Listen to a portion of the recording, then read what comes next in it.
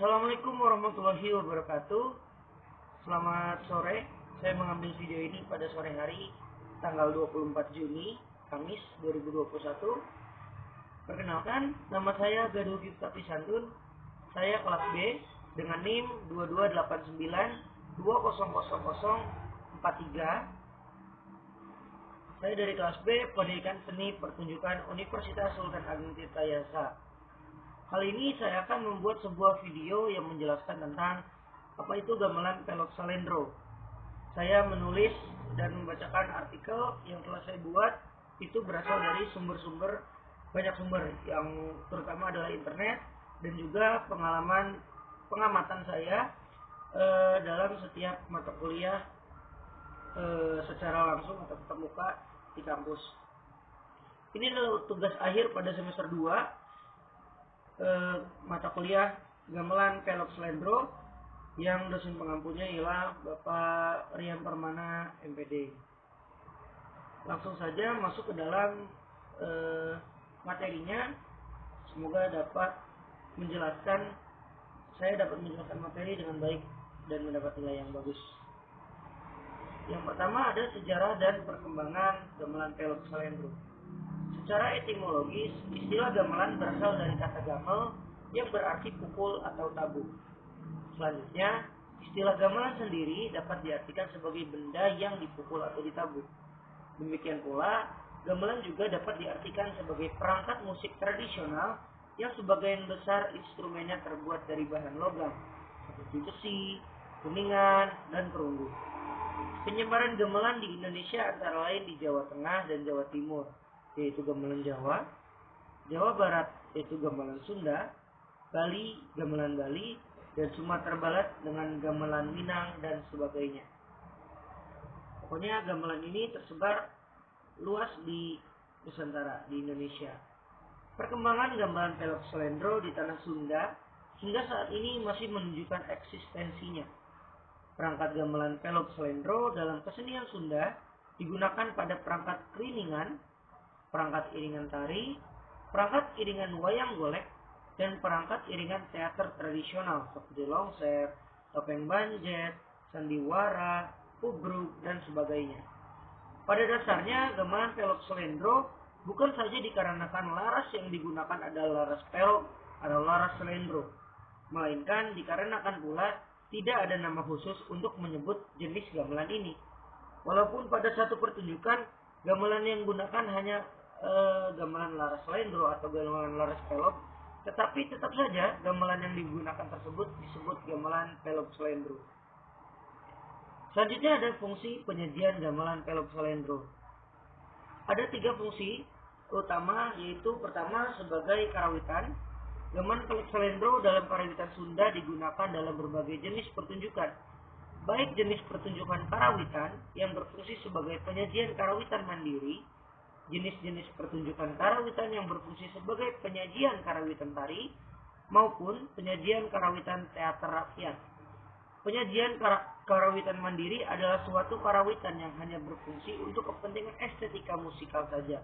Jadi, saya jelaskan, jadi untuk estetika musikal saja itu seperti kita menonton hanya pemusiknya saja memainkan alat musik dengan aransemen yang mereka buat atau pakem-pakem yang sudah dibuat, untuk dinikmati alunan musiknya pure alunan musiknya saja.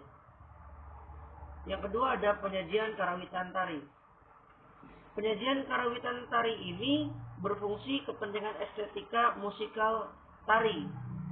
Jadi tari itu sangat butuh yang namanya gamelan musik, terutama gamelan pelok salendro ini sangat menunjukkan sebuah karakteristik suatu tarian. Jika saja tari tanpa musik, jika saja tari musiknya sama, itu saja tidak berbeda, itu tidak adanya karakteristik yang kuat dalam sebuah tarian. Ini menjadi fungsi penunjang dalam memenuhi tuntutan tari, yaitu pemandu gerak dan ilustrasi. Fungsi pemandu gerak lebih mengarah kepada kepentingan teknis yang berkaitan dengan tempo, irama, ritme, dan aksen-aksen lain isian dalam gerak tari. Jadi misalkan ketika alat musik A dengung masuk, tarinya gerakannya seperti ini. Ketika kendang masuk, tarinya bagian seperti ini. Jadi berbeda-beda fungsinya. Ketika si penari tahu, oh ketika bagian kendang, bagian ini, maka tariannya akan seperti ini. Ketika bagian temponya melambat, maka penari juga akan melambat seiring dengan tempo dan irama dari musik tersebut. Yang kedua, ada fungsi ilustrasi yang dasarnya berkaitan dengan mendukung karakter, suasana, atau kesan sebuah tarian. Jika tariannya berkesan selamat datang, tarian yang ceria, maka musiknya juga akan ceria. Jika tariannya menggambarkan tentang kesedihan, menggambarkan tentang sesuatu yang satir dan lain-lain, maka musiknya juga akan dibuat seriti mungkin, dan musiknya pasti akan menunjukkan karakter serta pemakaian musik yang berbeda. Selanjutnya, fungsi karawitan rakyat memiliki peran lebih dari sekedar karawitan mandiri atau karawitan tari. Oleh karena itu, dalam pertunjukan teater, aspek karawitan, aspek tari, dan aspek teater sendiri menjadi satu kesatuan yang tidak dapat dipisahkan. Jadi dalam aspek teater sekalipun pasti ada aspek tari dan pasti juga ada musik karawitan pada teater rakyat. Karena pada teater rakyat seperti misalnya grup wayang, pasti adanya unsur-unsur tari dan unsur-unsur musik di dalamnya. Makanya menjadi satu kesatuan yang tidak dapat dipisahkan. Pertunjukan yang menggunakan gamelan pelok selendro misalnya saja wayang golek, sandiwara, longser, topeng banjet, uyek, mas, stres, dan sebagainya. Masih banyak lagi kesenian teater di Indonesia. Yang ketiga yang saya akan bahas adalah instrumentasi dalam gamelan pelok selendro. Instrumentasi, alat musik atau waditra yang terdapat dalam gamelan pelok selendro terdiri atas dua bentuk, yaitu dua wilah dan dua bentuk penslon. Bentuk wilah terdiri atas 5 instrumen yang masing-masing memiliki ukuran berbeda, yaitu saron, peking, demung, selentem, gender, dan gambang. Bentuk penslon terdiri atas 4 instrumen yang juga memiliki ukuran berbeda, yaitu bonang, rincik, kenong, dan goong. Selain waditra tersebut, terdapat pula waditra lainnya, yaitu kendang dan rebab. Saron dalam penyajian karawitan Sunda terdiri dari dua buah yang keduanya memiliki ukuran dan bentuk yang sama. Saron pertama yaitu atau saron satu disebut saron pangbarep, sedangkan saron kedua disebut saron panempas. Jadi saron itu ada dua, bentuknya sama, namun cara memainkannya berbeda, notasinya juga berbeda. Gamelan. Kata gamelan sebenarnya memiliki pengertian yang menurut saya menunjuk pada instrumen musik. Oleh karena itu, pengertian gamelan belum dapat dijelaskan apa-apa musiknya dan belum pula dikaitkan dengan ciri khas budayanya tertentu. Sekalipun gamelan tersebut ditulis gamelan Bali, gamelan Jawa, gamelan Sunda, gamelan Sumatera, gamelan Minang, dan lain-lain, atau mungkin ada gamelan Amerika, apapun namanya, pengertian gamelan tersebut belum dapat menjelaskan secara proporsional, masih terlalu umum, dan kabur. Sementara di beberapa pihak, istilah gamelan selalu memiliki pengertian atau selalu dikaitkan dengan budaya tertentu, etnik tertentu, bahkan jenis musik tertentu.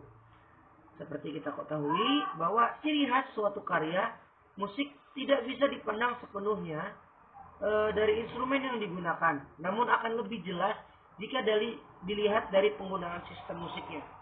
Jadi bisa saja alat musiknya sama, bisa saja cara penempatannya sama, namun ketika gaya permainan, sistem apa saja yang dimainkan itu berbeda dan menjadi karakteristik suatu budaya tertentu, etik tertentu, bahkan musik tertentu. Akan lebih luas dan lebih jelas jika dilihat dari penggunaan musiknya. Begitu pula dengan musik gamelan.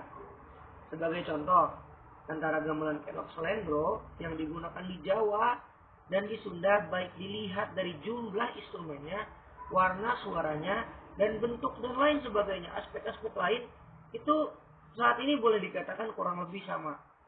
Akan tetapi karakter serta sistem musiknya sangat berbeda. Apalagi jika kita mengamati pada setiap karya, terutama karya-karya baru yang telah diciptakan akhir-akhir ini. Bahwa pada dasarnya sudah tidak penting lagi bahwa alat gamelan ini berasal dari mana, bagaimana sikap dan cara memproduksi bunyinya, dan lain sebagainya. Karena bagaimanapun gamelan tersebut hanya sekedar alat, seperti alat-alat musik lainnya, bass, gitar, alat musik modern lainnya, sama saja yang digunakan sebagai wahana kreativitas bagi seniman. Jadi tidak peduli lagi ini dari mana, khas mana. Yang penting seluruh orang tahu bahwa gamelan itu dari Indonesia, dan gamelan itu memiliki potensi untuk digunakan secara luas oleh siapa saja dengan cara apa saja. Namun pada kenyataannya sebagian masyarakat seni gamelan di Indonesia masih memiliki beban-beban prasangka yang terkadang menghambat perkembangan musik gamelan yang sebenarnya dapat berkembang jauh lebih terbuka. Sebuah kritik tentang perkembangan musik gamelan di Indonesia pernah dikemukakan oleh Sukaharjana. Antara lain, gamelan di satu pihak selalu diwaspadai dan diprasangkai oleh pihak lain, dan di lain pihak masih terlalu disepihaki atau diklaim sebagai milik oleh suatu kelompok masyarakat atau etnik tertentu. Kredo Adihulung asli dijaga kelestariannya, menjelaskan sikap keberpihakan yang sempit itu. Sehingga jenis kesenian seperti gamelan sangat terikat pada lokus budayanya, dan sudah sangat susah melakukan ekspansi secara terbuka. Ia akan selalu cenderung bersifat eksotis, terasing, dan tidak ikhlas di luar dirinya. Itu menurut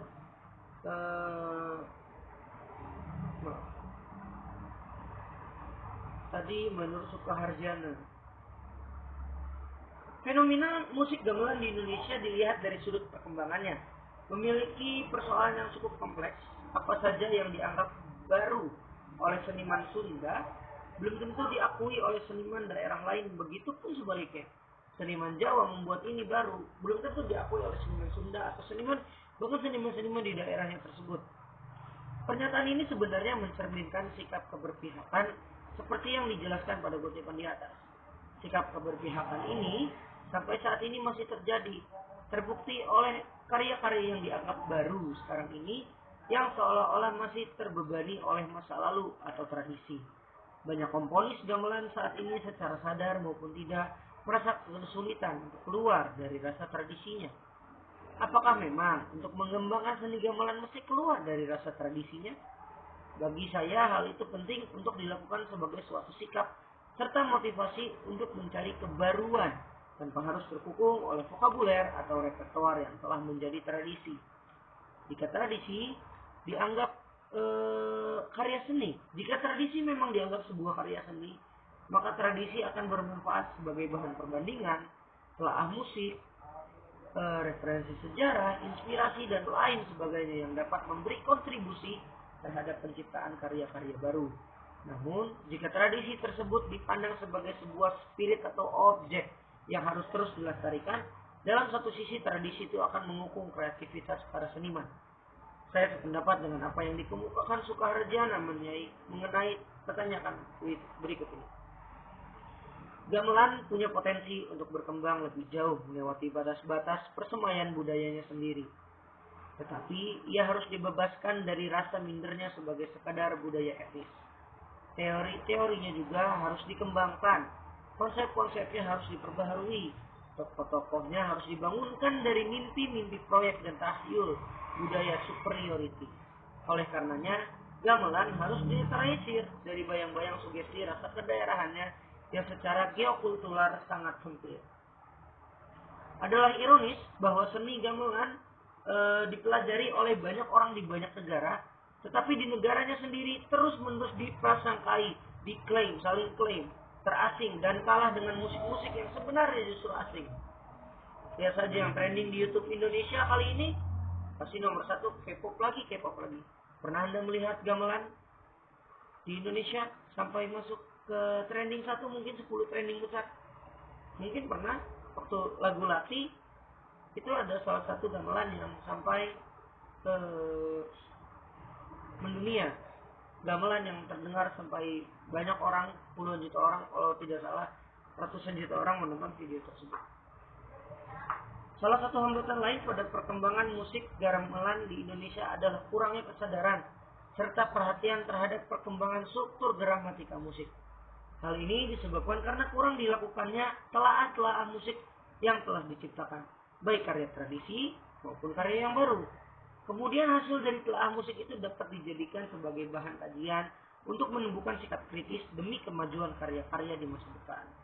Untuk menelaah suatu karya musik, terutama karya nonem atau komponis yang sudah tiada, diperlukan dokumen-dokumen, salah satunya notasi atau partitur. Inilah masalahnya. Tampaknya para seniman gamelan di Indonesia tidak begitu merasa perlu adanya notasi atau partitur.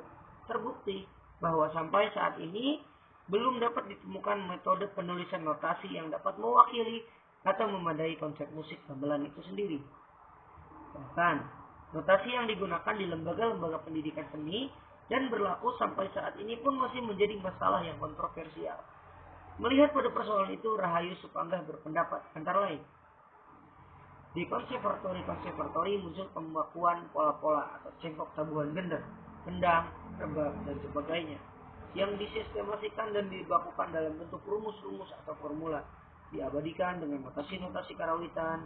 Notasi tersebut merupakan abstraksi dan atau bentuk penyederhanaan dari seseorang terhadap pola-pola tabuhan berbagai instrumen yang variatif, selalu berubah dan kompleks.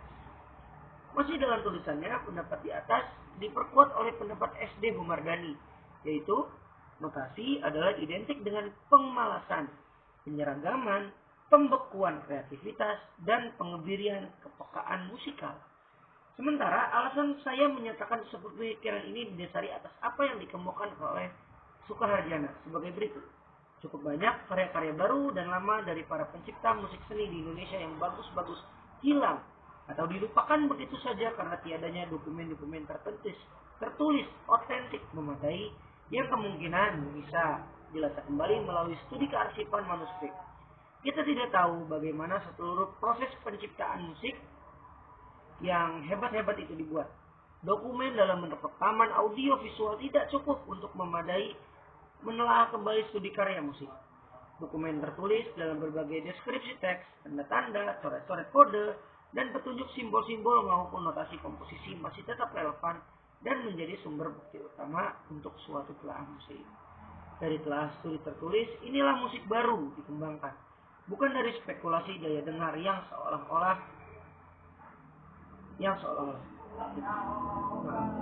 Dua pendapat dan kutipan di atas mungkin menurut saya bukan sesuatu yang bertentangan, tapi saling melengkapi.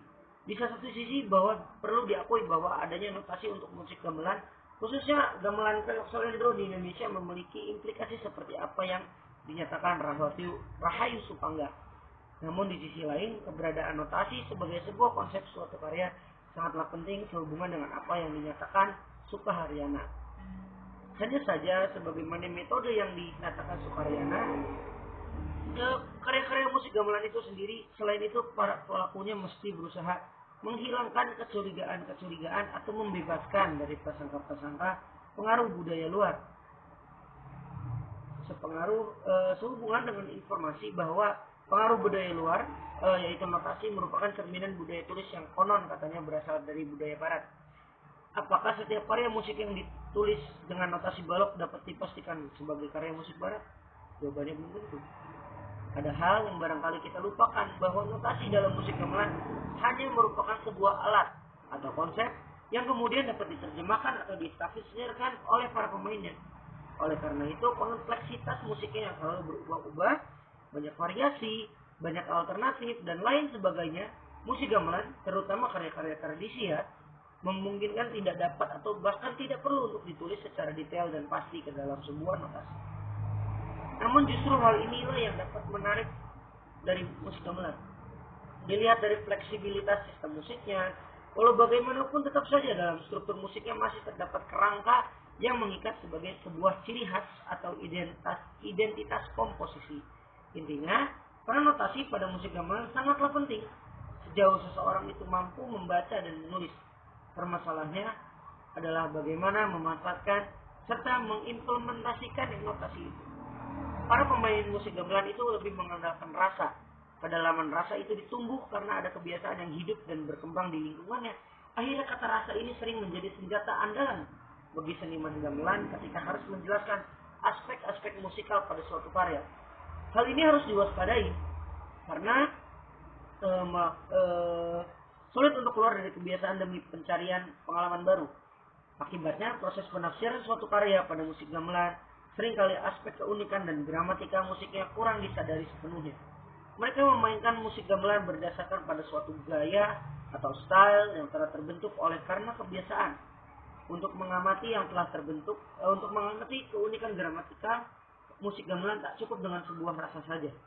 Akan tetapi tata pikir memiliki peranan yang sangatlah penting sebagai kontrol dalam mengendalikan rasa secara nyata, dan dibuktikan bahwa terdapat beberapa seniman yang dianggap ahli atau diakui oleh karena mereka bermain dengan mengolah rasa dan pikir secara total, sehingga kualitas musik yang mereka memiliki karakter yang sangat kuat. Seni pada akhirnya memang bukan sekedar oleh rasa, tetapi totalitas jiwa dan alam pikir manusia secara keseluruhan dalam upaya mencari pembaruan dalam dirinya. Istilah pelok selendro menunjuk pada penggunaan laras. Sebenarnya istilah ini berasal dari Jawa Tengah. Begitu juga wujud gamelannya hampir serupa. Bahkan dengan gamelan pelok selendro Jawa Tengah, orang Sunda menyebut kedua laras itu dengan sebutan melok, atau maaf jika penyebutan salah, dan nyelendro, yang berarti milik pelok atau mirip selendro. Namun demikian, gamelan ini hanyalah sebuah unit instrumen.